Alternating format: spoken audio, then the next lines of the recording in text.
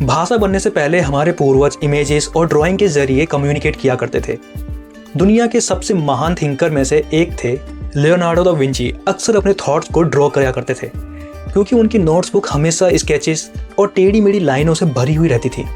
हो सकता है कि अब दा विंची जितना स्किल ना हो, लेकिन फिर भी आप अपने थॉट्स को ड्रॉ करने के लिए प्रिंसिपल्स अपना सकते हैं।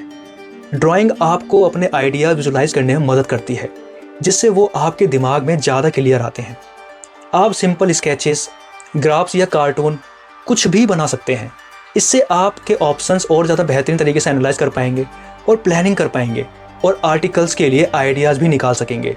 उदाहरण के लिए डेरियस ने एक डायग्राम बनाया था जिसका जिक्र हमने from the chaos to clarity में किया था, जिसमें लेफ्ट साइड में उलझी हुई आड़ी तिरछी लाइनें होती हैं और एक एरो राइट साइड में बने हुए साफ सर्कल की तरफ इशारा करता है। यही डायग्राम इस किताब के को आइडिया को दिखाता है। ड्राइंग के अलावा आप अपने थॉट्स को डायरी में लिख भी सकते हैं। इससे आपको एक गहराई से सोचने का मौका मिलता है। कई सक्सेसफुल और खुश लोग जो जर्नलिज्म करते हैं, उन्होंने ये लेसन सीखे और जो गलतियाँ की, जो गोल्स हासिल करना चाहते हैं, सब अपनी डायरी में लिख डालें। आप चाहें तो अपनी ऑटोबायोग्राफी भी लिख सकते हैं। इससे आप खुद को और ज़्यादा बेहतरीन तरीके से समझ पाएंगे। डेरियस ये भी सलाह देते हैं कि आप अपनी नोट्स का वीकली रिव्यू भी करना चाहिए। सोचने का ये एक बेहतरीन तरीका है।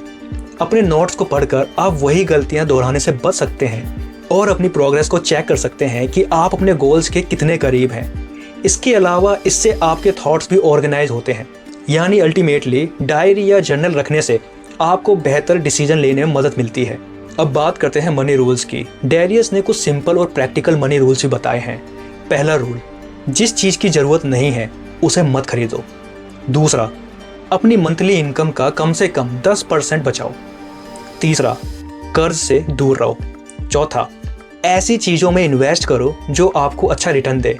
पांचवा, पैसा ही सब कुछ नहीं है, इसलिए ज़रूरत से ज़्यादा कंजूस मत बनो। ये रूल डेरियस के काफ़ी ज़्यादा मदद करते थे क्योंकि वो पैसे को लेकर ज़्यादा चिंता नहीं करते और उनकी सेविंग अकाउंट में इतना पैसा रहता है कि वो आराम से बिना 6 महीने कमाए हुए भी गुजारा कर सकते हैं और इतना समय उनके लिए अगला कदम तय करने के लिए काफ़ी होता है। लेकिन इन 5 रूल्स के साथ एक शर्त भी है, आपको अपनी स्किल्स में इन्वेस्ट करना ही चाहिए।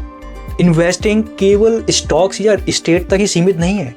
इसमें बुक पढ़ना, सेमिनार्स अटेंड करना और अपनी स्किल्स को अपग्रेड करने के लिए ज़रूरी टूल्स खरीदना भी शामिल है।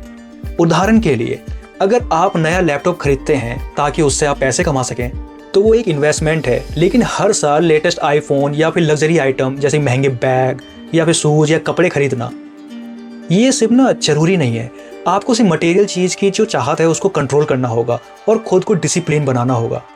अगर इंसान अपना सारा पैसा खो दे तो फिर वो फिर से कमा सकता है, लेकिन एक बार चला गया समय वापस नहीं आता। इसलिए पैसों की चिंता में अपना जो कीमती समय है उसे बर्बाद मत करो।